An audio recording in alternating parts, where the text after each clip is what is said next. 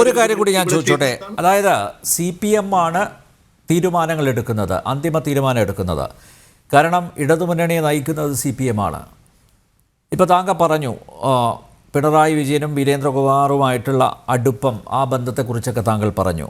ഇവിടെ ഈ RJDയെ ഒതുക്കാൻ CPM അല്ലാതെ മറ്റേതെങ്കിലും ഘടകകക്ഷികൾക്ക് താല്പര്യമുണ്ടോ?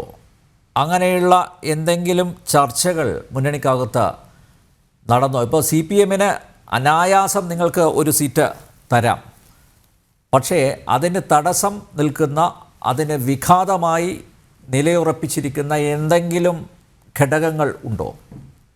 ഞങ്ങൾക്ക് എത്ര മനസ്സിലാകുന്നത്, CPMന്റെ പ്രവർത്തകരൊക്കെ ഞങ്ങളോട് പ്രയാസമുണ്ട്, അവർക്ക് വിഷമമുണ്ട്. പലപ്പോഴും മുന്നണിയിലെ താഴെത്തട്ടിലുള്ള യോഗങ്ങളിൽ ഞങ്ങളുടെ നേതാക്കൾ സംസാരിക്കുമ്പോൾ അവരോട് CPMന്റെ നേതാക്കൾക്ക് പറയുന്നത്, എന്താണ് നിങ്ങളോട് ഇങ്ങനെ ചെയ്യുന്നത്, ഞങ്ങൾക്ക് ഞങ്ങളുടെ ലീഡർഷിപ്പ് ചെയ്യുന്നത് എന്താണെന്ന് മനസ്സിലാകുന്നില്ല. ഒരു ഉദാഹരണം ഞാൻ പറയാം. ഇന്നലെ കേരള കോൺഗ്രസ് മാണി വിഭാഗത്തിന്റെ പാലയിലെ ഒരു മുനിസിപ്പൽ കൗൺസിലറെ, അവിടുത്തെ പാലയിലെ മറ്റേ CPMന്റെ ലോക്കൽ കമ്മിറ്റി മെമ്പറും കൂടിയാണ് അദ്ദേഹത്തിന്റെ പേര് എനിക്ക് ഓർമ്മയില്ല. ബിനു അദ്ദേഹത്തെ പുറത്താക്കിയിരുന്നു.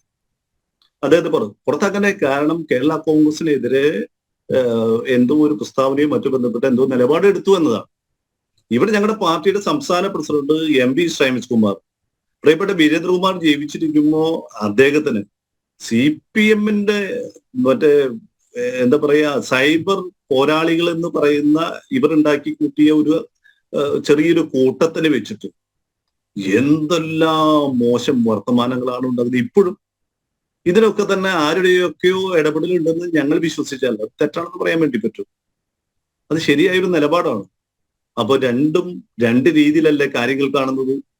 ആ കാണുന്നത് എന്തിന്റെ അടിസ്ഥാനത്തിൽ? ഇടതുപക്ഷ മുന്നണിയെ സംബന്ധിച്ചിടത്തോളം ഞങ്ങളിപ്പോ പലരും പറയുന്നുണ്ട് ഞങ്ങൾ മുന്നണി മാറാൻ പോകുന്നുണ്ട്, ഞങ്ങൾ ഒരുപാട് പേര് വിളിക്കുന്നൊക്കെ, ഞങ്ങളൊന്നും പോകാൻ തയ്യാറല്ല. അതിന്റെ അടിസ്ഥാന കാരണം ഇടതുപക്ഷ ജനാധിപത്യ മുന്നണിക്ക് രൂപം നൽകിയ ഒരു രാഷ്ട്രീയ കക്ഷി എന്നുള്ള നിലയ്ക്ക് ഇടതുപക്ഷ മുന്നണി ഞങ്ങളുടെയും കൂടിയും സ്വന്തമാണെന്നും അത് മുന്നോട്ട് കൊണ്ടുപോകേണ്ട ഒരു രീതിയും ശൈലിയും ഞങ്ങൾക്ക് ആ നിലയ്ക്ക് മുന്നോട്ട് കൊണ്ടുവരേണ്ട ഒരു കടമയും ഞങ്ങൾക്കുണ്ട് എന്ന് വിശ്വസിക്കുന്നു. പക്ഷെ എല്ലാ തെറ്റുകളും, ആ തെറ്റുകളുണ്ടെങ്കിൽ ആ തെറ്റുകൾ തിരുത്തേണ്ടത്. ഇപ്പോ ഈ കഴിഞ്ഞ തെരഞ്ഞെടുപ്പിൽ ഇടതുപക്ഷ മുന്നണിക്ക് വലിയ പരാജയമാണ് സംഭവിച്ചത്. ഞങ്ങളുടെ പ്രവർത്തകരൊക്കെ ആത്മാർത്ഥമായി സീറ്റുകളൊന്നും ഇല്ലെങ്കിൽ പോലും വളരെ കാര്യമായി പണിയെടുത്തവരാണ്. പക്ഷെ പരാജയം സംഭവിച്ചു. പരാജയം സംഭവിക്കുന്നത് എന്തുകൊണ്ടാണ്? ഇവിടെ BJP അടക്കമുള്ള രാഷ്ട്രീയ കക്ഷിയിലേക്ക് വലിയ വോട്ട് ചോർച്ച ഉണ്ടാകും. അപ്പൊ അത് പഠിക്കേണ്ടത്. അവിടെ എല്ലാം ശരിയാണ്, ഇതുവരെ ഒരു തെറ്റുകളും ഞങ്ങൾക്ക് സംഭവിച്ചിട്ടില്ല, ഭരണത്തെ സംബന്ധിച്ച് 100% വലിയ രീതിയിലാണ് കാര്യങ്ങൾ മുന്നോട്ട് പോകുന്നത് എന്നൊന്നും ഞങ്ങൾക്ക് അഭിപ്രായമില്ല. ഈ പോരായ്മകൾ പരിഹരിച്ചേ പറ്റൂ, തെറ്റുകളുണ്ടെങ്കിൽ തിരുത്തിയേ പറ്റൂ. ഇവിടെ കഴിഞ്ഞ ദിവസം സുധാകരൻ പറഞ്ഞതുപോലെ, CPMന്റെ നേതാവ് സുധാകരൻ പറഞ്ഞതുപോലെ, ഇടതുപക്ഷത്തെ സ്നേഹിക്കുന്ന പ്രവർത്തകർ എവിടെയെങ്കിലും ആരെങ്കിലും ഉണ്ടെങ്കിൽ അത്തരത്തിലുള്ള തെറ്റുകൾക്കെതിരെ പ്രതികരിക്കാൻ തയ്യാറാകണമെന്നാണ് പറഞ്ഞത്. ഞങ്ങൾ അദ്ദേഹത്തെ ഉൾക്കൊള്ളുന്നു. തെറ്റുകളുണ്ടെങ്കിൽ ചൂണ്ടിക്കാണിക്കണം. ഇടതുപക്ഷ ജനാധിപത്യം നിലനിൽക്കേണ്ടത് ആ പ്രസ്ഥാനത്തെയും പാവങ്ങളെയും അതുപോലെ തന്നെ പിന്നോക്കക്കാർക്ക് നിലനിൽക്കുന്ന രാഷ്ട്രീയ പ്രസ്ഥാനത്തിലെ പ്രവർത്തകരുടെ കടമയാണ്. അതുകൊണ്ട് ഞങ്ങൾ ചൂണ്ടിക്കാണിക്കും.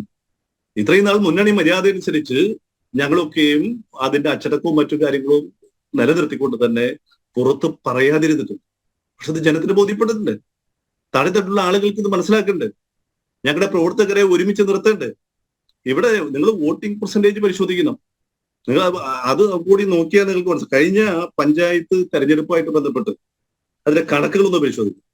ഞങ്ങൾക്ക് 1.40% വോട്ട് കഴിഞ്ഞ ഗ്രാമപഞ്ചായത്ത് തെരഞ്ഞെടുപ്പിൽ ലഭിച്ചു.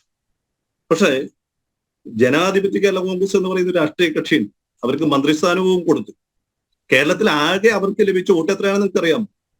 1612 വോട്ട്. ഞാനൊരു കക്ഷിയെ മോശമാക്കി പറയല്ല, അവർക്ക് മന്ത്രിസ്ഥാനം നൽകി.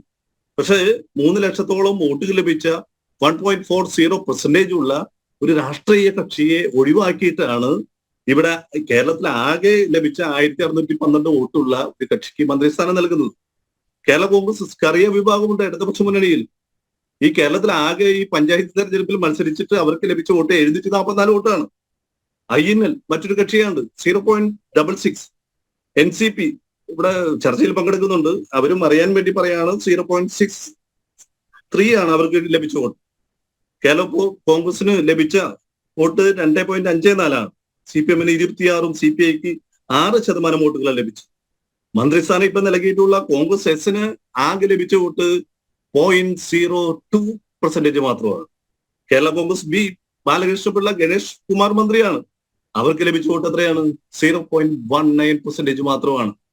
1.40% ഉള്ള 3 ലക്ഷം വോട്ടുകൾ ഞങ്ങൾ ഈ ഇടതുപക്ഷ മുന്നണിയുടെ ഭാഗമായി തദ്ദേശ സ്വയംഭരണ തെരഞ്ഞെടുപ്പിൽ മത്സരിച്ചപ്പോ നിലവിലുള്ള കക്ഷികളിലൊക്കെ സ്റ്റാറ്റസ് കോ, അതായത് CPI ഒരു സ്ഥലത്തും കേരളത്തിൽ ഒരു സീറ്റ് പോലും ഞങ്ങൾക്ക് വിട്ടു തന്നിട്ടില്ലേ. തദ്ദേശ സ്വയംഭരണ തെരഞ്ഞെടുപ്പിലെ കാര്യമാണ് പറയുന്നത്. ഒരു സ്ഥലത്തും വിട്ടു തന്നിട്ടില്ല.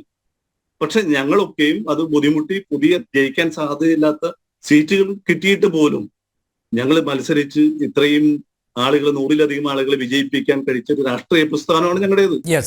ഞങ്ങളങ്ങനെ അവഗണിക്കാൻ ആർക്കും പറ്റില്ല. പക്ഷേ അവഗണന സഹിച്ചും ഇടതുമുന്നണിയിൽ തുടരും. അതാണ് RJDയുടെ നിലപാട്.